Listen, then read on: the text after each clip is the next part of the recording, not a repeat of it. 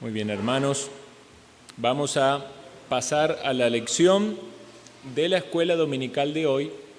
Como dijimos en el inicio de esta serie que damos de escuela dominical está titulada Discipulado, ¿verdad? Discipulado Bautista Reformado. ¿Por qué Bautista Reformado? Porque somos una iglesia que confesamos esta doctrina, entendemos que la doctrina bíblica, básica o elemental, está claramente explicada en una confesión de fe histórica, que no es algo que nosotros inventamos, sino que es algo que data de mucho tiempo, donde muchos hermanos se pusieron a estudiar la Biblia y llegaron a la conclusión de cuáles eran las doctrinas sumamente importantes en las cuales iban a poder decir con total seguridad qué es lo que creían y que refleja la enseñanza bíblica. Y entonces esos hermanos redactaron esa confesión de fe, a la cual nosotros también suscribimos porque coincidimos con ellos en que estos son nuestros distintivos doctrinales. Entonces no es que nosotros ponemos una confesión de fe por encima de la Biblia, sino más bien que esa confesión de fe nos da la explicación de lo que creemos de la Biblia, por lo menos en esas doctrinas fundamentales. Bueno, nosotros estamos viendo entonces este curso de discipulado que está basado en la confesión de fe, pero es de alguna manera llevado no en el mismo orden que la confesión de fe, sino que vamos tocando distintos temas relacionándolo con la práctica y también con el evangelismo. Entonces, una vez más, hermanos, es una herramienta para que ustedes mismos sean edificados. Como he dicho antes, si hay alguien que anhela ser miembro de esta iglesia, es bueno que vea todo el curso, que pueda comprender esos distintivos, pero también para que a su vez ustedes puedan compartir con otros cuáles son las doctrinas que creemos y el mensaje del Evangelio, que es donde radica nuestra esperanza. Entonces, hermanos, vamos a ver en el día de hoy conducta y buenas obras. Conducta y buenas obras. Vamos en la lección número 16. Ya pasamos la mitad del curso. Son 28 lecciones. Y vamos a ver entonces ahora conducta y buenas obras. ¿Ves frutos de un discípulo? Hablamos del discipulado y decimos que somos discípulos de nuestro Señor Jesucristo. Un discípulo es un aprendiz, es un seguidor, es alguien que atiende a las enseñanzas de Jesús y quiere seguirle y quiere agradarle, le toma a él por maestro, pero aquellos que hemos entendido el mensaje del Evangelio sabemos que él es mucho más que nuestro maestro, es nuestro Salvador, es nuestro Dios, y a él le adoramos. Pero vemos nosotros en nuestra vida frutos de un discípulo, porque hay algunos que siguen al Señor momentáneamente. Ustedes recordarán la parábola del sembrador, que algunas semillas de las que fueron sembradas y esparcidas por diferentes terrenos, algunas crecieron muy rápido, pero no dieron fruto. ¿Por qué no dieron fruto? Porque no estaban plantadas en la buena tierra. Y así hay personas que en algunos momentos confiesan ser de Jesucristo, pero después vienen pruebas, vienen afanes, vienen tentaciones, vienen diferentes situaciones de la vida y se van, se alejan. Y alguien dice, es un cristiano apartado.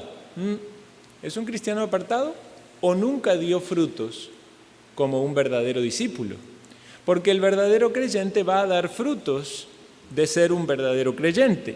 Por eso el Señor Jesucristo dijo, no todo el que diga Señor, Señor estará en el reino de los cielos, sino aquel que haga la voluntad de mi Padre. Aquel que da frutos de ser un verdadero discípulo.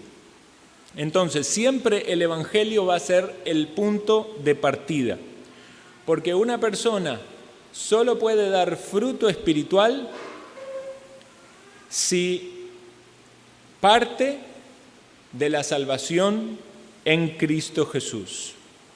Habiendo comprendido el mensaje del Evangelio, habiendo recibido la luz de la salvación que hay en Cristo Jesús por su palabra, y entonces creyendo en Él y en su obra, es salvo. Veamos lo que dice este texto que aparece en pantalla, Efesios 1:13. En él también vosotros, habiendo oído la palabra de verdad, el evangelio de vuestra salvación, y habiendo creído en él, fuisteis sellados con el Espíritu Santo de la promesa. Entonces, este es el proceso, digamos, en la salvación de una persona. Esto no puede faltar. Tiene que oír la palabra de salvación, el evangelio, la palabra de verdad, el evangelio. ¿Cuál es el evangelio? El mensaje de lo que Dios vino a hacer en este mundo, que murió en la cruz para cargar nuestros pecados. Entonces, habiendo oído el mensaje del evangelio, el siguiente paso es creído en él. Es decir, que no solo oye la obra de Dios enviando a su Hijo y Cristo muriendo en la cruz y cargando el pecado, sino que también hay un depositar la fe en él. Es una confianza en eso que sucedió hace 2000 años en la historia. Llevamos por el año 2000, según dice en el calendario cristiano, ¿verdad? ¿Por qué? Porque la muerte de Cristo ha fraccionado la historia en dos. Por eso se dice antes de Cristo, después de Cristo. Cuando el Señor Jesucristo resucitó de los muertos y las personas que eran sus discípulos comprobaron, lo vieron, tuvieron ese testimonio, se agruparon, perseveraron allí siguiendo las instrucciones y las enseñanzas del Señor. Y el Señor dijo que iba a conceder el Espíritu Santo a todos los que creían. Y así aconteció, el Espíritu Santo bajó a los que creían. Y desde ese momento en adelante, todos aquellos que creen reciben el Espíritu Santo. Por lo tanto, recibir el Espíritu Santo no es una experiencia, como algunos creen, mística, ¿verdad? Que implica revolcarse en el piso y hacer cosas raras. No, recibir el Espíritu Santo es en el momento en que alguien cree de verdad, que se arrepiente de sus pecados y cree en el Señor Jesucristo. Y tiene esa profunda convicción de que sus pecados han sido lavados, limpiados en la sangre del Cordero.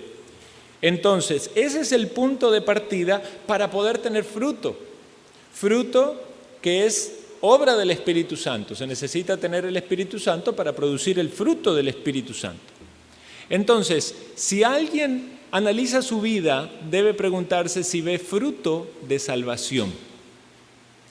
Y si ve fruto de salvación, ¿verdad? Tiene que, entonces decir, bueno, si yo veo estas cosas en mi vida como una evidencia de que el Señor me ha salvado.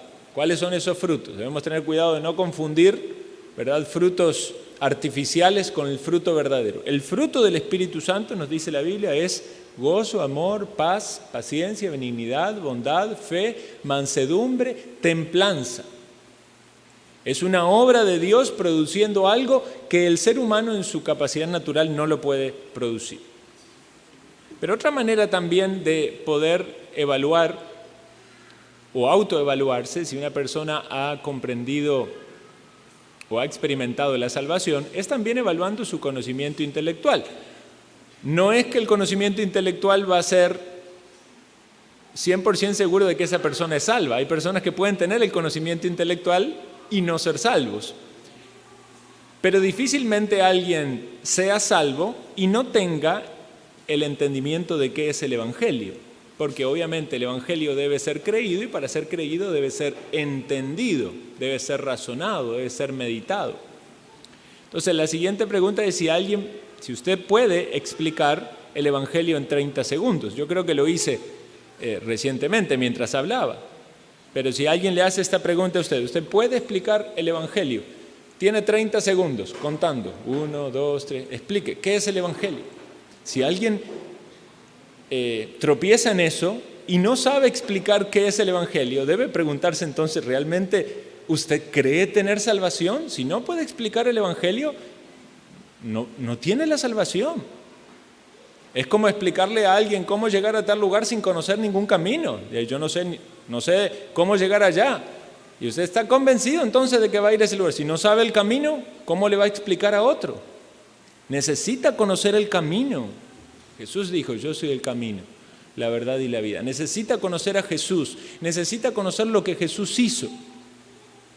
Y como dijimos al inicio del curso, esto tiene que ver no solo con el mensaje en sí, los hechos. Dios envió a su Hijo, vino al mundo, murió en la cruz, cargó sus pecados, los pecados de todos, resucitó, sino también tiene que ver las implicaciones de esos hechos, la doctrina en nuestra vida, cómo eso transforma completamente nuestra vida y nos saca de la luz, de las tinieblas a la luz. Por eso dice el siguiente texto que vamos a leer con este título, cambios, frutos. Los frutos se evidencian en cambios.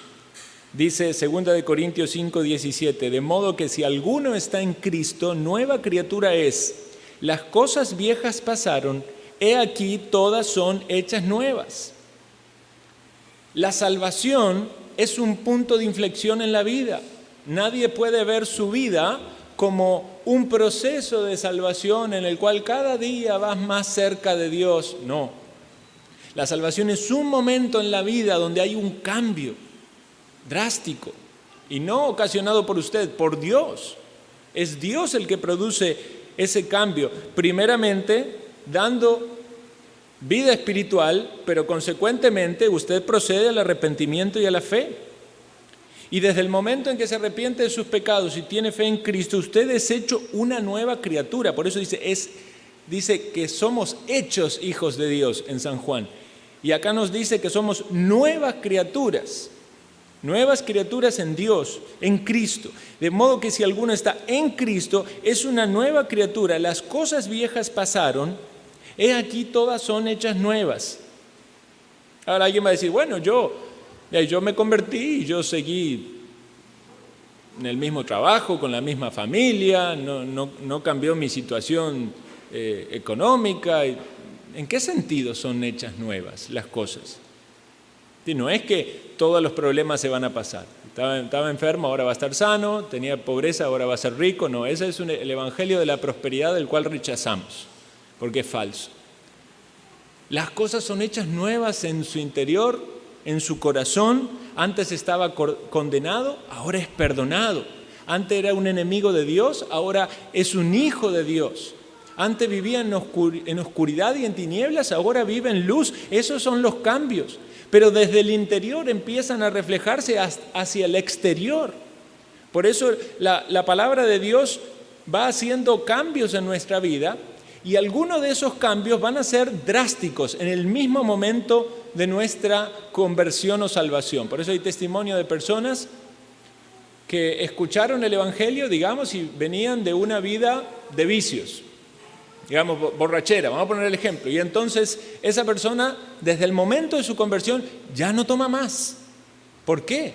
Porque llegó el poder del evangelio, transformó esa vida, se daba cuenta que estaba esclavo en esos vicios y ya no es más un borracho.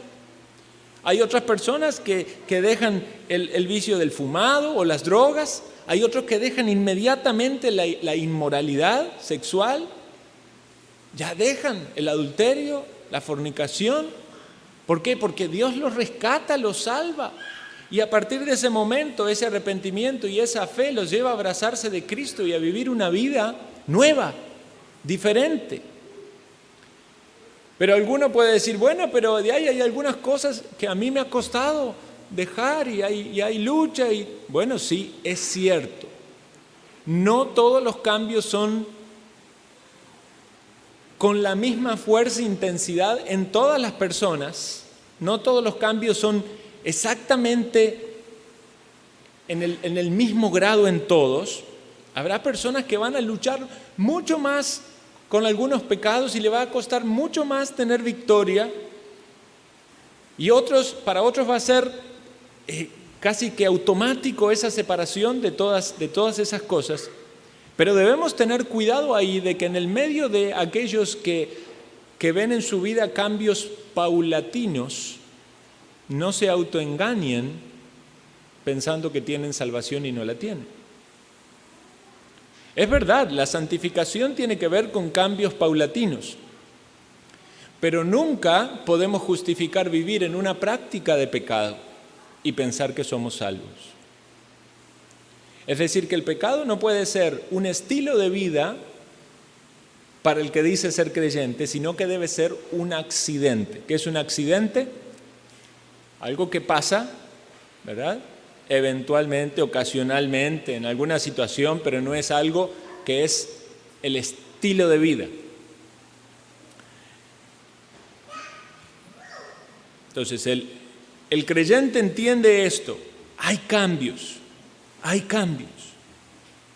No soy igual a lo que era antes. Gloria a Dios por eso. Tampoco es que quiero ser igual a lo que era antes. Si quiero ser igual, si quiero tener la misma vida, no vine a Cristo. No cambió nada. Cristo en mí. Aquellos que quieren o que viven la misma vida que vivían antes, ¿cómo dicen que son de Cristo? El predicador Paul Washer pone una ilustración muy buena de ese hombre que llega tarde a una reunión, ¿verdad? Y dice, ¿qué pasó? Dice, ¿por qué llegaste tarde? No sabe lo que pasó, es que yo iba cruzando justo en la esquina y viene un tráiler y me pasa por arriba y me arrastró como 50 metros y por eso llegué tarde. Entonces el predicador se ríe y dice, yo te estoy viendo a vos, no tenés ninguna herida, ninguna marca, la ropa está intacta. ¿Cómo puede ser de que eso haya pasado? ¿Cómo puede ser que te impacte un vehículo con ese peso y no tengas ningún cambio en tu vida? Bueno, pensemos, ¿cómo puede ser que a alguien lo impacte la vida de Jesús, el Evangelio de Jesús, y no sea evidente ningún cambio en la vida de esa persona? Y es ahí donde debe haber dudas si realmente alguien es salvo, pero esas dudas más bien deberían impulsar a la persona a asegurarse de estar en Cristo, en lugar de desanimarse y decir, yo no soy salvo. No, obviamente el que se quiere autojustificar y decir, Dios no quiere salvarme, es porque quiere vivir en el pecado y no quiere arrepentirse.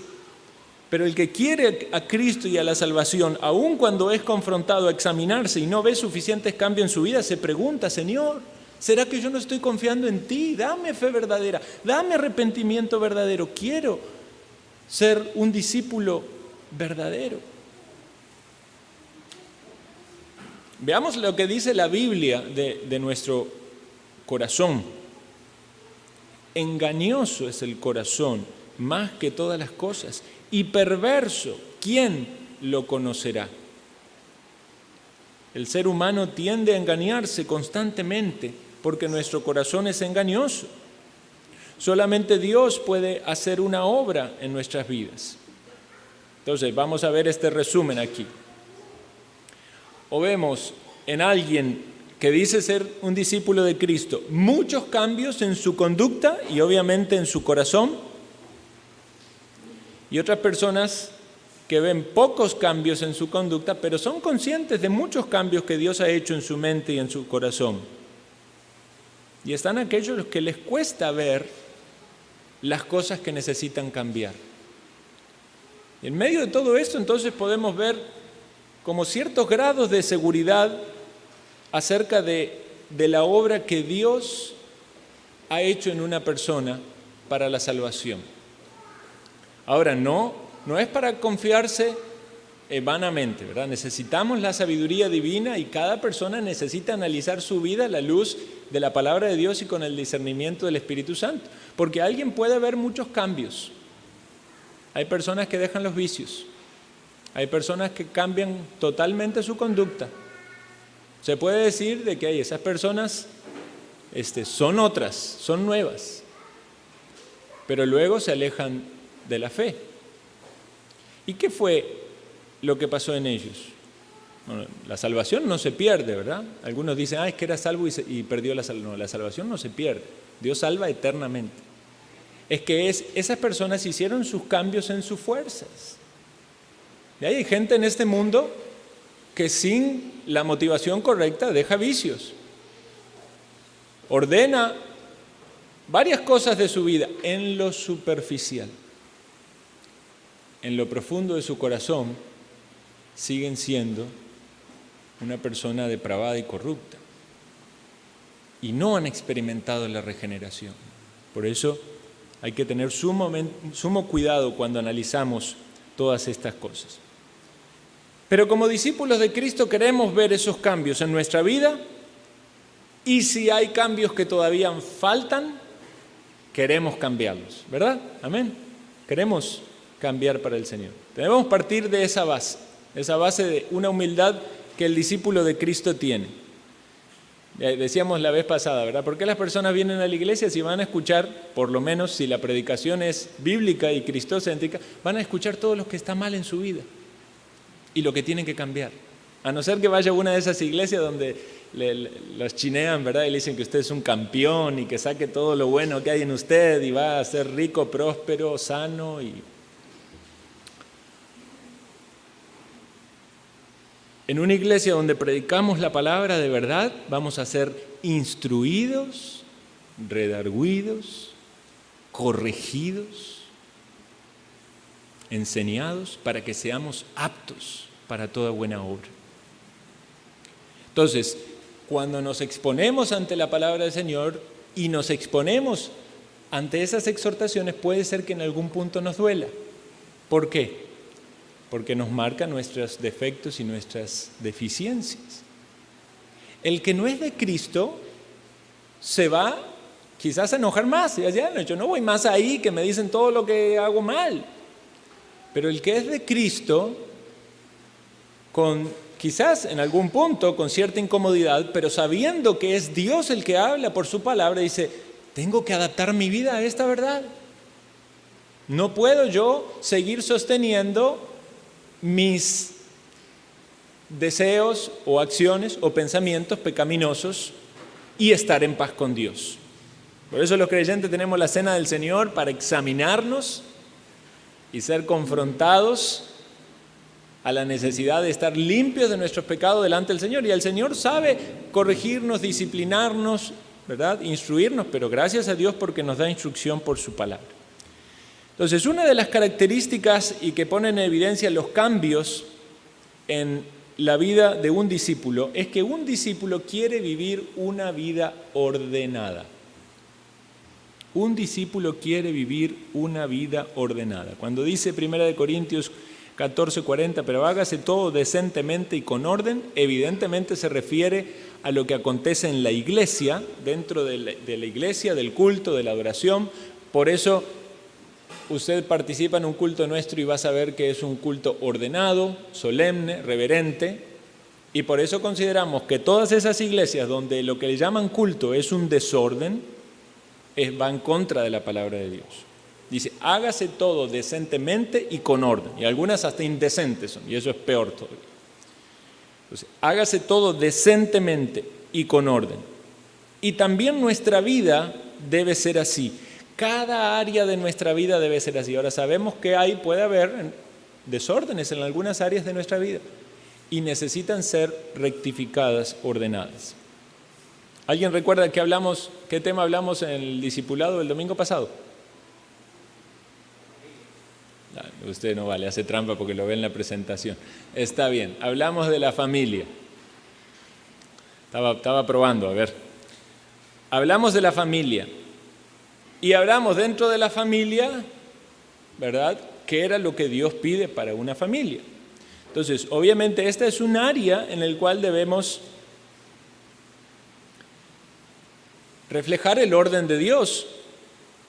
Dice Proverbios 3:33, la maldición de Jehová está en la casa del impío, pero bendecirá la morada de los justos. Qué bueno, hermanos, saber de que en una familia cristiana, en una familia donde los que son partícipes de ese hogar han procedido al arrepentimiento y a la fe en Cristo, son personas que están en Cristo y son personas que sus vidas han sido hechas nuevas. Nuevas criaturas son. Ahora, en algunos casos sabemos que hay niños que todavía no son creyentes y eso genera a veces dentro del hogar, ¿verdad?, un gran trabajo para los padres en la predicación del Evangelio. Pero el anhelo y el deseo es que esos también procedan al arrepentimiento y a la fe. En la familia es muy importante el matrimonio. Dice, honroso sea en todos el matrimonio y el lecho sin mancilla, pero a los fornicarios y a los adúlteros los juzgará Dios. Entonces, dentro del orden que Dios ha estipulado para una familia, hay un lugar sagrado para el matrimonio, libre de contaminaciones e inmoralidad. Los hijos, nos dicen aquí, hijos, obedeced en el Señor a vuestros padres, porque esto es justo. Los hijos deben aprender la obediencia a sus padres, y los padres deben cuidar de no provocar a ira a sus hijos, sino criarlos en disciplina y en amonestación del Señor. Entonces aquí tenemos un área donde deben verse esos cambios. Cuando una persona viene a Cristo, debe pensar, ¿qué soy? ¿Soy esposo o esposa? ¿Soy padre, madre? ¿O soy hijo? ¿Estoy reflejando en esas áreas de mi vida y en esas responsabilidades lo que significa ser un discípulo de Cristo y que mi vida ha cambiado? Porque si era antes un hijo desobediente, ¿qué se espera del creyente? Que ahora sea un hijo obediente. Antes deshonraba a sus padres, ¿qué se espera? Que honre a sus padres. Era un esposo inmoral, ¿qué se espera? Que sea fiel. Era una esposa que no era sujeta a su marido, era rebelde, ¿qué se espera? Que sea sumisa. Era un matrimonio donde había discusiones todo el tiempo, ¿qué se espera ahora? Que haya paz. Entonces, ha de verse los cambios en el hogar.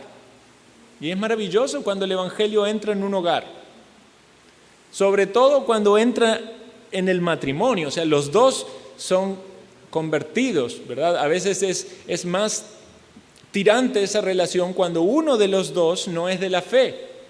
Sin embargo, la palabra anima a aquel que es creyente a permanecer dando frutos de buena obra, de modo tal de que sea evidente ese cambio para que el impío venga a la salvación.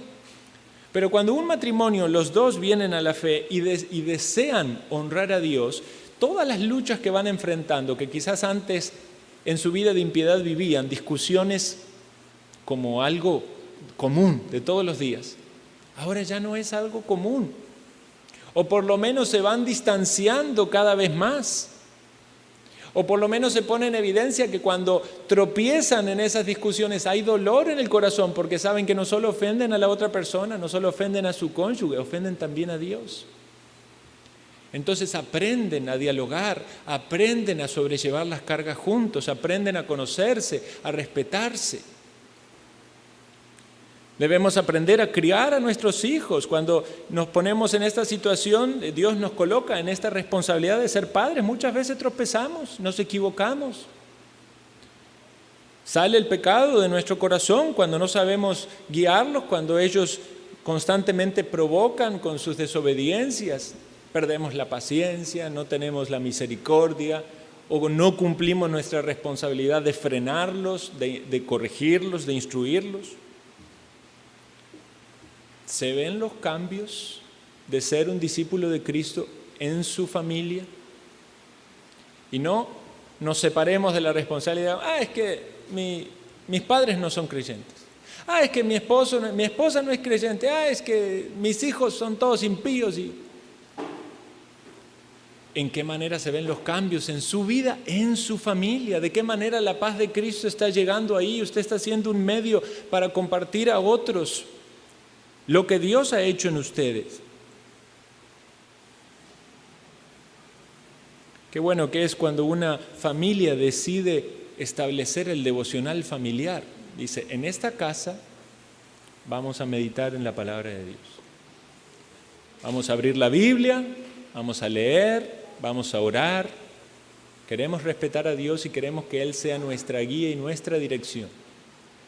Cuando un padre de familia, un hombre, un esposo, deja bien en claro que en su hogar se va a respetar a Dios y no permite el pecado allí. Y es un freno a la maldad que puede surgir en el corazón de cualquiera, en los integrantes de su familia. Cuando da el ejemplo para que ellos también busquen y amen a Dios. Cuando digan, nosotros los que estamos en esta casa vamos a ir a la iglesia. ¿Por qué? Porque adoramos a Dios. Aun cuando hay hijos, ¿verdad?, que ya en su rebeldía no quieren. En esta casa vamos a la iglesia porque adoramos a Dios. Yo y mi casa serviremos a Jehová.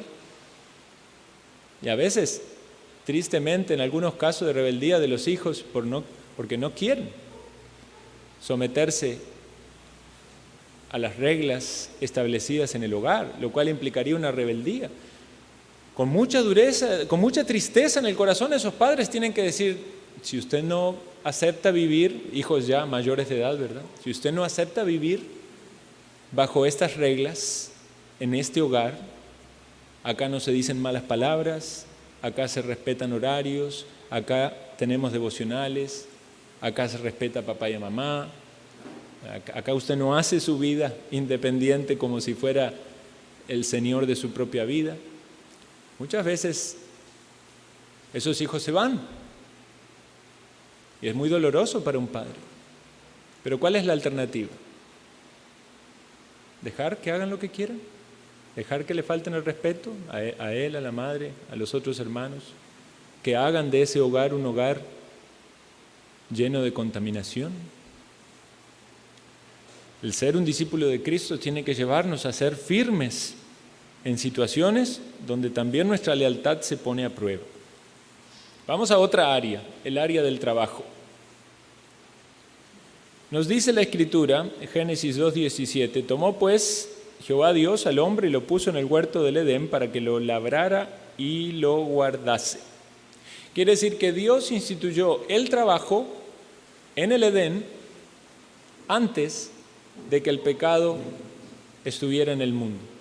El trabajo no es algo malo, algunos lo ven como una maldición. El trabajo no es una maldición, el trabajo es una bendición. Dios le dio a Adán, que era inocente, no había caído en pecado, un trabajo, y era deleitoso para él poder hacer eso. Él labraba el huerto, guardaba el huerto, imagínense, no había espinos, no había cardos, no sudaba, eso vino después, ¿verdad? No había fatiga, no había esfuerzo. Qué bonito poder hacer algo, encima ponerle nombre a los animales. A mí siempre me gustó esa idea de poner nombres, siempre yo desde niño estaba inventando nombres y nombres de... Hubiera querido tener muchísimos hijos para poner un montón de nombres. A veces le puse 2 nombres a cada uno. Podría haber puesto 3. Qué lindo que es poner nombres, qué trabajo. Voy a poner nombres a los animales. Qué bueno, con todos los animales que hay. Pienso que habrá estado un montón de tiempo Adán poniendo nombres. Pero ¿qué pasó después? Vino el pecado. Y ahora le dice, la tierra va a producir espinos y cardos y vas a tener que ganar tu pan con el sudor de tu frente. Ahora te vas a cansar. No te va a ser fácil trabajar. Y algunos sudan con el cuerpo porque tienen que estar ahí haciendo un trabajo físico, ¿verdad? Cargando bolsa de frijoles, ¿verdad, Jerry? Pero otros van a sudar estando en una computadora, ¿verdad? Porque su mente le explota de todo lo que tienen que hacer de trabajo. Hay distintos trabajos, distintas cargas, distintas tensiones. Y cuesta, no es fácil, ¿verdad? No es fácil. Sin embargo, debemos recordar eso. Dios nos manda a trabajar. Dice Éxodo 29, 6 días trabajarás y harás toda tu obra. O sea, 6 días hay para trabajar. Porque hay un día que es separado para el Señor. Dios lo instituyó así en la creación. Es separado para adorar a Dios, para considerar todo lo que Dios ha hecho que es bueno. Y entendemos que en el antiguo pacto era el día sábado, pero los creyentes, después de la resurrección de Cristo, que es un domingo, lo conmemoramos los días domingo. Por eso decimos, es el día del Señor, el día de reposo, el día para adorarle, para meditar en Él, para considerar su palabra, para reposar en Cristo. Entonces el trabajo no es malo, es algo que Dios ha mandado, es una bendición. Habrá algunas personas que no trabajan fuera del hogar, trabajan en el hogar, ¿verdad? Como dicen algunas amas de casa corrigiendo eso, ¿verdad? Le preguntan, ¿en qué trabaja usted? No trabajo en nada. Y algunos dicen, sí trabaja, y trabaja mucho, ¿verdad? A veces el trabajo de ama de casa, criar hijos y ocuparse del hogar, es un trabajo mucho más estresante que aquel que cumple un horario, sale y ya, como quien dice, deja los guantes ahí y está un poco más relajado. Pero algunos no evidencian cambios en esta área del trabajo. Son discípulos de Cristo, pero tienen un entendimiento negativo del trabajo o incorrecto. Están aquellos que obviamente trabajan en exceso y viven para el trabajo y hacen del trabajo una idolatría por la ambición que hay en su corazón. Y están aquellos que no quieren trabajar. Dice 2 Tesalonicenses 3:10, porque también cuando estábamos con vosotros os ordenábamos esto: si alguno no quiere trabajar, tampoco coma. Porque oímos que algunos de entre vosotros andan desordenadamente, no trabajando en nada, sino entremetiéndose en lo ajeno. A los tales mandamos y exhortamos por nuestro Señor Jesucristo que trabajando sosegadamente coman su propio pan. Hemos puesto este ejemplo antes. ¿Qué siente usted cuando una persona anda pidiendo y usted lo ve entero en todo su cuerpo, con todos sus miembros, ¿verdad? Con joven, fuerzas, capaz que hasta más fuerza y salud que uno, y anda ahí pidiendo? ¿Qué dice Dios? Tiene que trabajar. No tiene que pedir, tiene que trabajar. Ahora, habrá situaciones de extrema necesidad en algún. Obviamente la iglesia es mandada a ser caritativa con los necesitados, especialmente con la familia de la fe, pero con los que son de verdad, que debemos dar a quien es debido. Y si una persona que dice ser un discípulo de Cristo no quiere trabajar o tiene una actitud negativa hacia el trabajo, entonces que no coma, pero no es ponerlo a dieta, ¿verdad? Esa no es la idea. Arrepiéntase de su pecado y vaya a hacer algo, vaya a chapear, vaya a conseguir en la feria aguacate y salga a venderlo casa por casa. Y luego coma y diga: esto es fruto del esfuerzo, del sacrificio de mi trabajo. Y no solo para usted, porque también la Biblia dice, para también tener para compartir con los que padecen necesidad. Porque puede haber alguien privado de la capacidad de poder trabajar y uno puede socorrerle. Por eso dice 1 de Timoteo 5:8, si alguno no provee para los suyos, y mayormente para los de su casa, ha negado la fe y es peor que un incrédulo. Si alguien dice: yo soy un discípulo de Cristo, pero hay alguien en su hogar que está padeciendo necesidad y esa persona trabajando y se niega a dar de lo suyo para el sustento de su padre, de su madre, de su abuelito, de lo que sea, está actuando peor que un incrédulo. Aquí debe verse el cambio del Evangelio. El que hurtaba, no hurte más, sino trabaje, haciendo con sus manos lo que es bueno.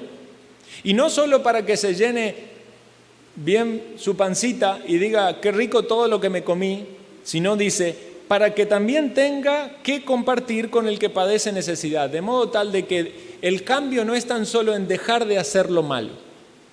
Alguien que no trabajaba y está trabajando dejó de hacer lo malo. Pero es más que eso. Es también hacer lo bueno. Es de ese trabajo poder compartir con otros.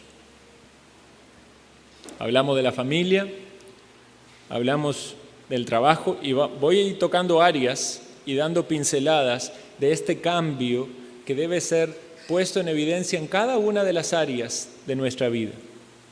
Hablemos de la sociedad, el creyente o el discípulo en la sociedad. Dice la Escritura: vosotros sois la sal de la tierra, pero si la sal se desvaneciere, ¿con qué será salada? En la antigüedad la sal se utilizaba para preservar los alimentos, para conservarlos.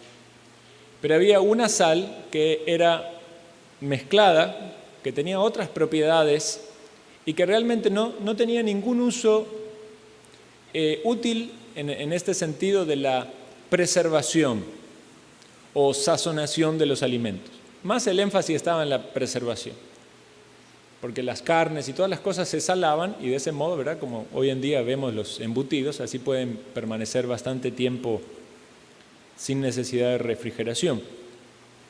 Pero entonces, ¿qué se hacía con esa sal? Se ponía en el camino.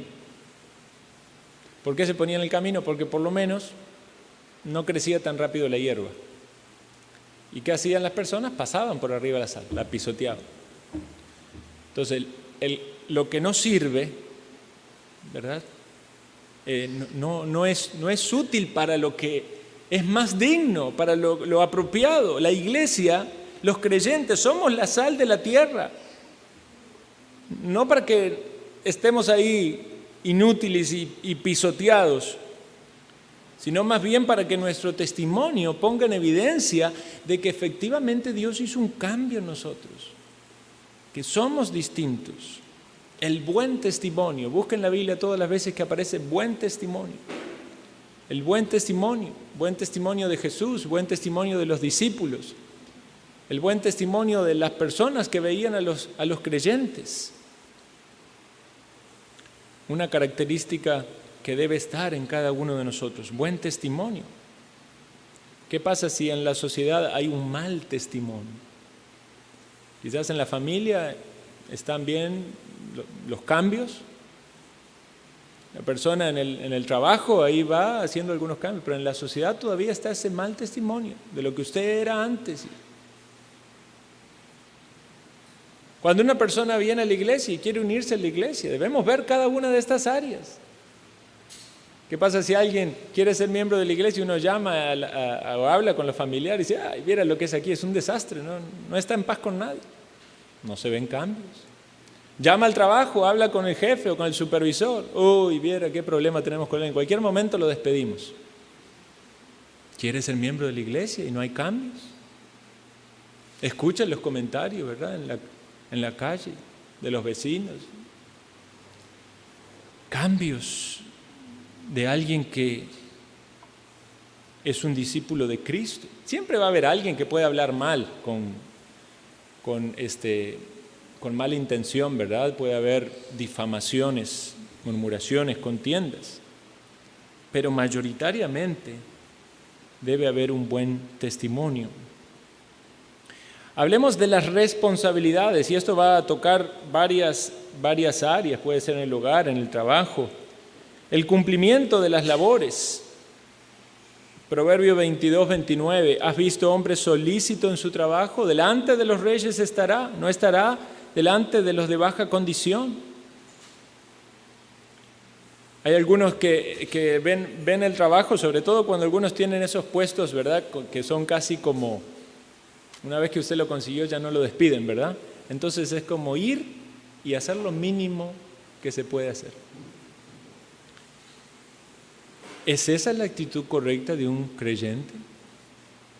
Como le decían a una persona, un creyente, que quería esforzarse, ¿verdad? Y hacer su trabajo en una institución pública. Entonces ahí ya le hablaron, ¿verdad? Los compañeros, entonces, no, dice, acá no es así, porque si vos te pones y te empezás a destacar tanto, entonces ahí nosotros vamos a quedar mal, ¿verdad? Lo presionaron para que él bajara su rendimiento. Así no produce un creyente. Proverbios 12, 27. El indolente ni aún asará lo que ha cazado.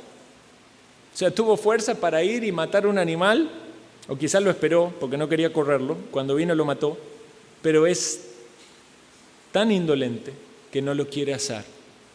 Prefiere tener hambre y no asarlo. ¿Cómo es usted en el cumplimiento de sus labores? Labores en el hogar, labores en su trabajo, labores en cada área, en la iglesia. El pago de deudas. Otra característica que debe verse reflejada en los creyentes, que hay un cambio, un orden bíblico en cada una de las áreas de la vida.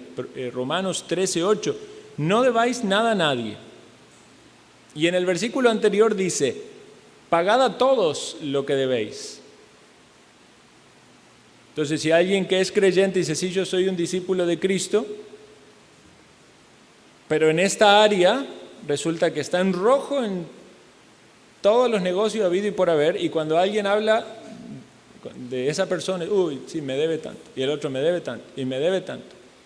¿Está dando esa persona testimonio de alguien que ha sido transformado, cambiado? El creyente debe tener cuidado cuando se mete en deudas, y no podemos hablar de que toda deuda sea mala o pecaminosa en sí mismo.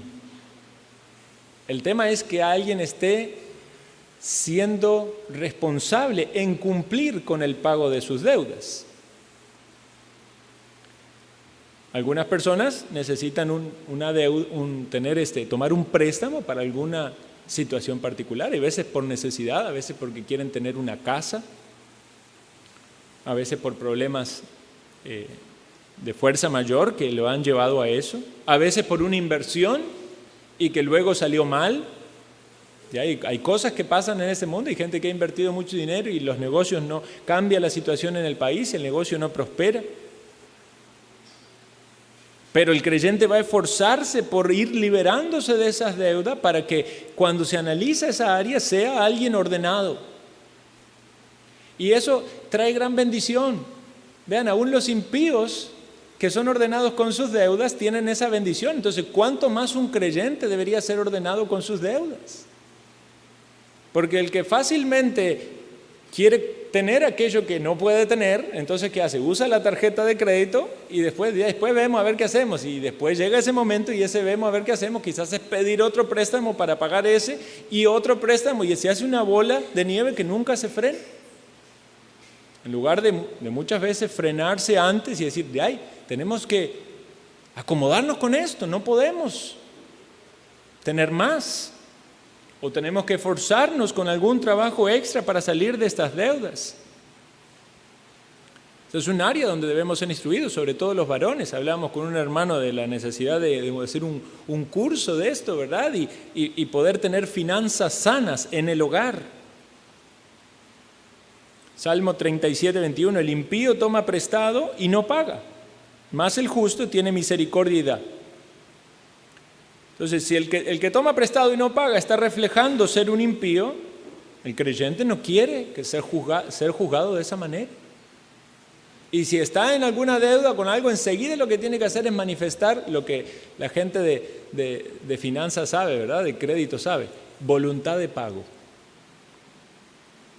Usted vaya y abone, aunque sea 10.000 colones, y diga, yo quiero pagar esa deuda. Estoy en una situación extrema, pero quiero pagar esa deuda.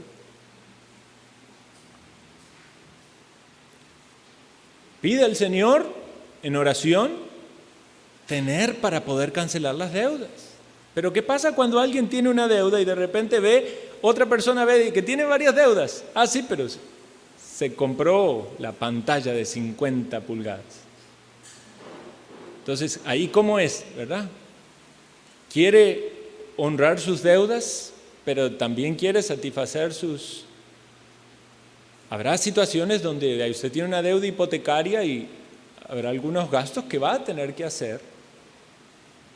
Pero hay que saber medir con sabiduría cuáles cosas uno debe restringirse para no caer en una negligencia o impiedad en esta área.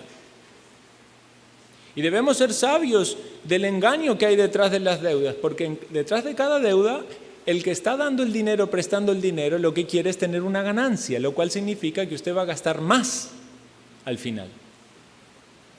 Y en algunos casos, mucho más. Usted compra ese juego de comedor, ¿verdad? Que le vale 200.000 colones, lo saca a crédito y paga 350.000 colones. Y usted dice, ay, paga poquito todas las... Dios nos ha dado sabiduría, hermanos, para actuar en este mundo en el cual hay mucho engaño y mucho aprovechamiento. El rico se enseñorea de los pobres y el que toma prestado es siervo del que presta. Vea, y si usted en este mundo está tan acostumbrado a las deudas, pero tan acostumbrado a las deudas, que si usted no tiene ninguna deuda en ninguno de los bancos o instituciones de crédito, es una persona rara en este mundo. No le quieren dar una tarjeta de crédito. Dice, ¿para qué le vamos a dar tarjeta de crédito si no tiene deuda?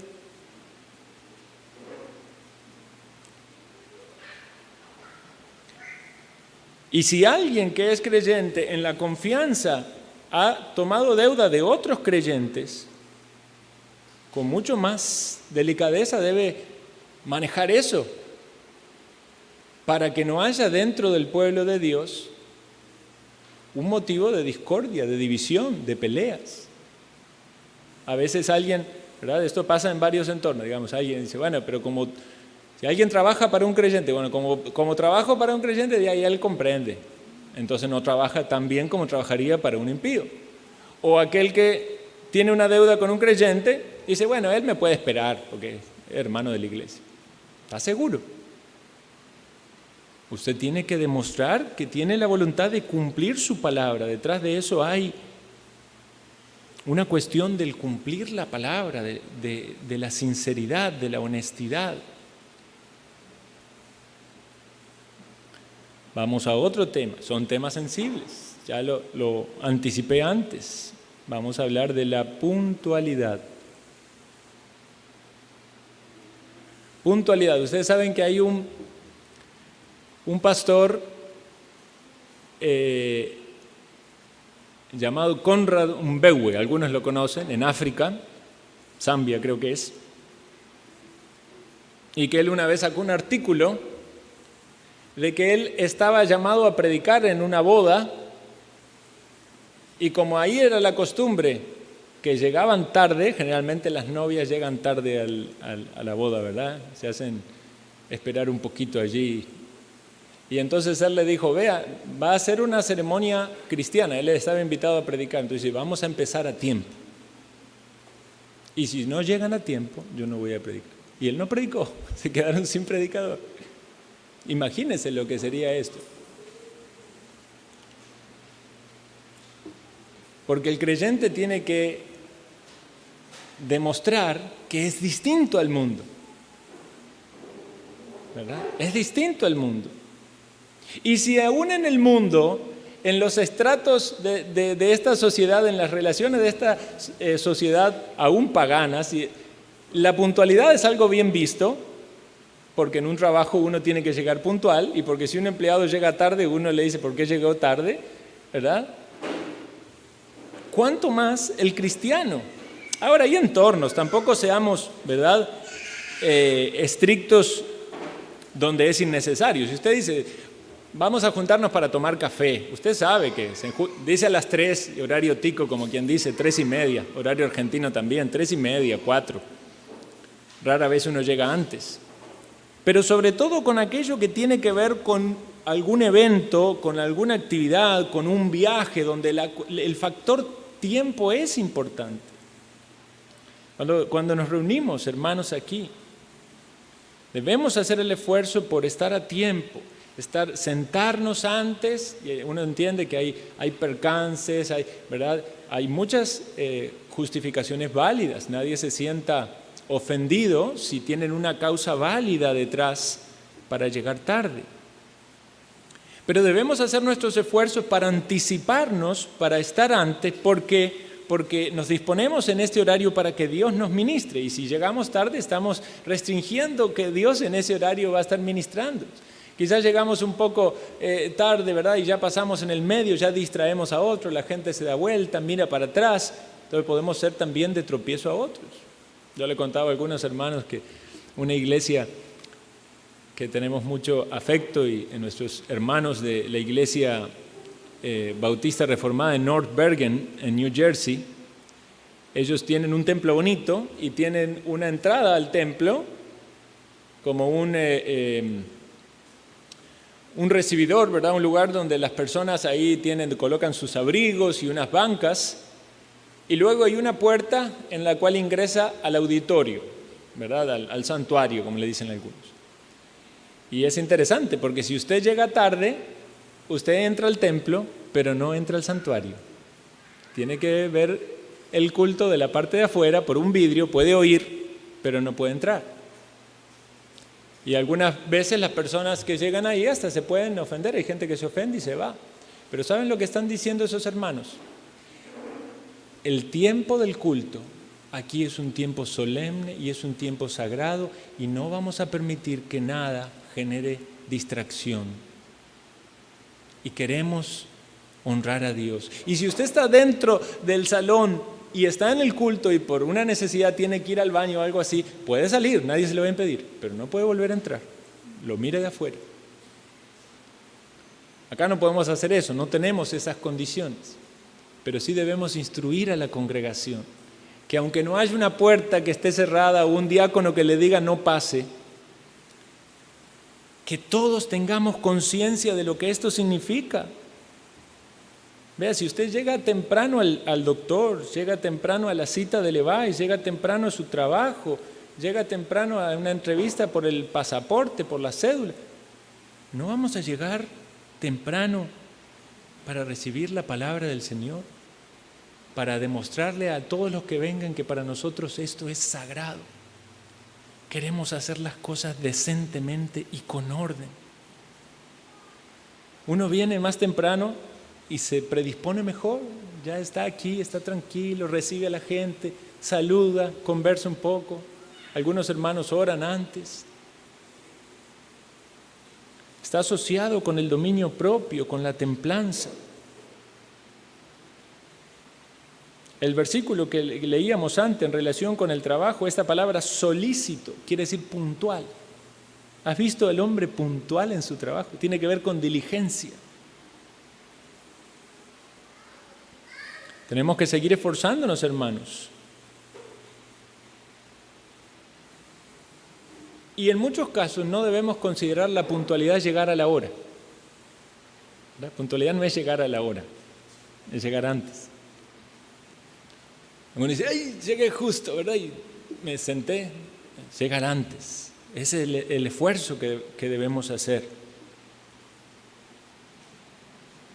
Por eso es importante planificar que vamos a tomar mucho tiempo más del que vamos a tomar. Casi siempre es así, ¿verdad? Usted dice, bueno, tengo que salir a las 8:45 para llegar a las 9, me levanto a las 7. Usted ya sabe que eso no funciona, tiene que planificar. Toma más tiempo levantarse, ducharse, tomar el desayuno, leer la Biblia, hacer el devocional, viajar. Puede pasar un percance, se puede romper un tubo, se puede estallar una llanta. Y cuando esas cosas pasan y aún así usted llega a tiempo, gloria al Señor, porque hubo anticipación. ¡Qué bueno! No tomamos tiempo que le correspondía al Señor. Otra área, honestidad. ¿Se ven cambios en cuanto a la honestidad? ¿Qué pasaba cuando usted era impío y en algo podía quedar mal? Y lo más fácil era mentir, ¿verdad? Enseguida alguna mentira blanca, como quien dice, dibujarlo de alguna manera. El peso falso es abominación a Jehová, mas la pesa cavar le agrada. El otro día estaba comprando mamones por ahí. Eran 3 kilos, ¿cómo era? 3 kilos por 3.000.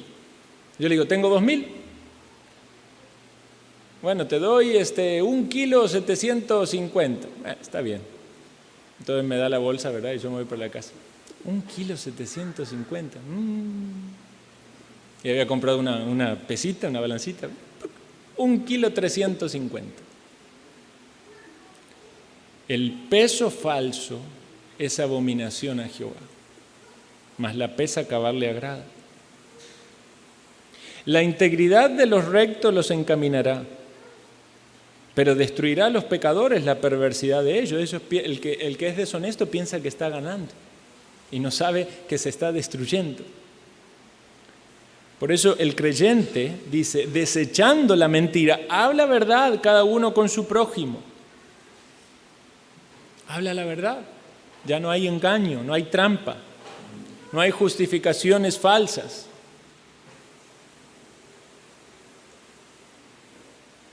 Porque uno tiende a camuflar las cosas, a justificarse. Y detrás de eso, de esa insinceridad, de esa falta de honestidad, está no querer reconocer lo que realmente pasa.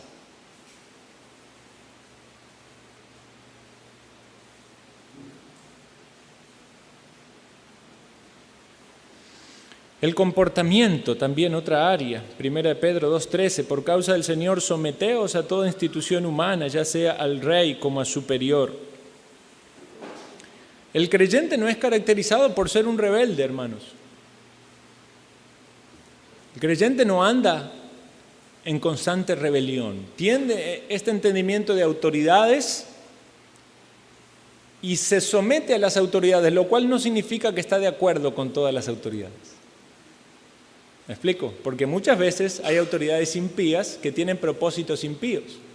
Pero el creyente no arma una rebelión,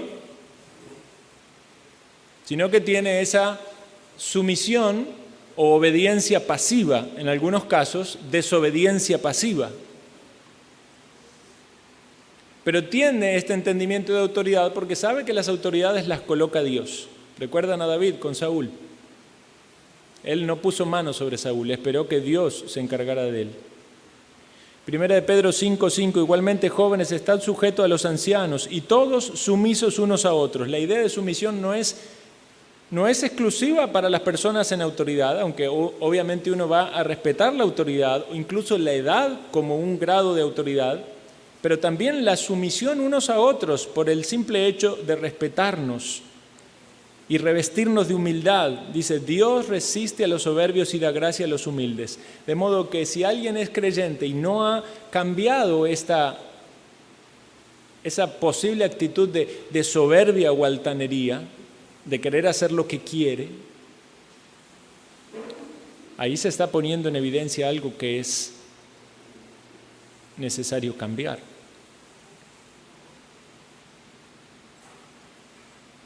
Una conversación santa, 1 Corintios 15:33, no erréis, las malas conversaciones corrompen las buenas costumbres. ¿Qué es lo que hablan? Antes hablaba y hablaba esa persona y era chisme que chisme, con la vecina que se encontraba, con la amiga, todo era, ¿verdad? Pero ahora se convirtió y le pone un freno a su lengua, por el poder del Espíritu Santo, porque en nuestra naturaleza carnal no lo podemos hacer. Dice que la lengua es un pequeño miembro que se jacta de grandes cosas. ¿Cuán grande bosque enciende un fuego pequeño? Solamente Dios, por su palabra, puede darnos el control, el dominio propio para frenar nuestras palabras vanas, murmuraciones y contiendas que pueden destruir una iglesia. El creyente ahora tiene relaciones respetuosas. Como decíamos, no solo pagada todo lo que debemos, no solo se refiere a lo económico, sino también, vea lo que dice aquí, al que respeto, respeto, al que honra, honra. El respeto es algo que Dios considera de cada uno de nosotros como una deuda con nuestro prójimo. Le debemos el respeto. No es que si no se lo merece, sí, lo debemos el respeto. Al que hay que darle honra, honra.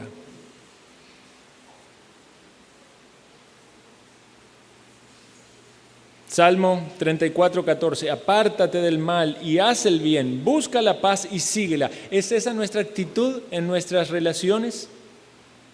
Querer ser pacíficos, querer disfrutar del bien unos con otros. Hermanos, la iglesia también reúne algunas de estas características. La iglesia es una familia. Somos conciudadanos de los santos, miembros de la familia de Dios. La iglesia también es un lugar de trabajo, dice que es una labranza y es un edificio en construcción. Y somos colaboradores de Dios, 1 Corintios 3:9, labranza de Dios, edificio de Dios. Y Dios nos perfecciona, Efesios 4:12, para la obra del ministerio, para la edificación del cuerpo de Cristo, de manera tal de que todos estamos siendo constructores en esta obra.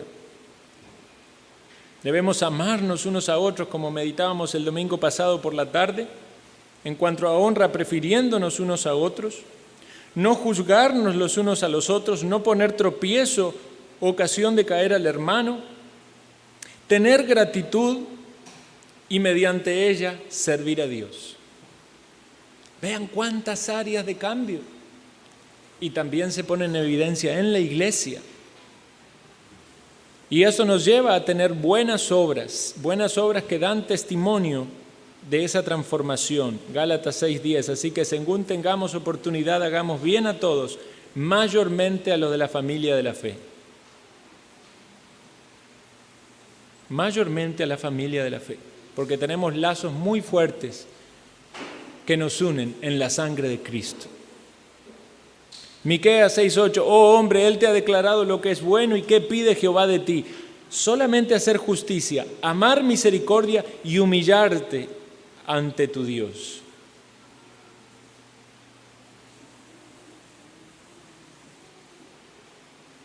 Una persona que ha manifestado cambios hace justicia, ama la misericordia, está humilde ante Dios, reconociendo la obra de Dios en su vida. Y reconoce también que Dios es el que prepara esas buenas obras de antemano para que anduviésemos en ellas. Entonces esos cambios se ven manifestados en cada área de nuestra vida, pero también por medio de esas buenas obras para que este mundo sea impactado. Mateo 5:16, así alumbre vuestra luz delante de los hombres, para que vean vuestras buenas obras y glorifiquen a vuestro Padre que está en los cielos. Volvemos a la pregunta inicial de esta clase, de esta lección. ¿Ves fruto de discípulo en tu vida? Y sin duda vamos a poder responder de que algunos de esos frutos vemos y algunas cosas todavía faltan y tenemos que cambiar, pero gracias a Dios por Jesucristo nuestro Salvador, porque tenemos su justicia, porque somos aceptos en el amado y porque Él nos ha concedido de su Santo Espíritu para que sigamos transitando en esta vida, esforzándonos en hacer todo aquello que a Dios le agrada, porque como discípulos del Señor estamos dispuestos a ser corregidos, instruidos, cambiar todo lo que sea necesario cambiar. Y cuando eso acontezca, no para nuestra propia gloria, sino para que Él sea glorificado. Oremos.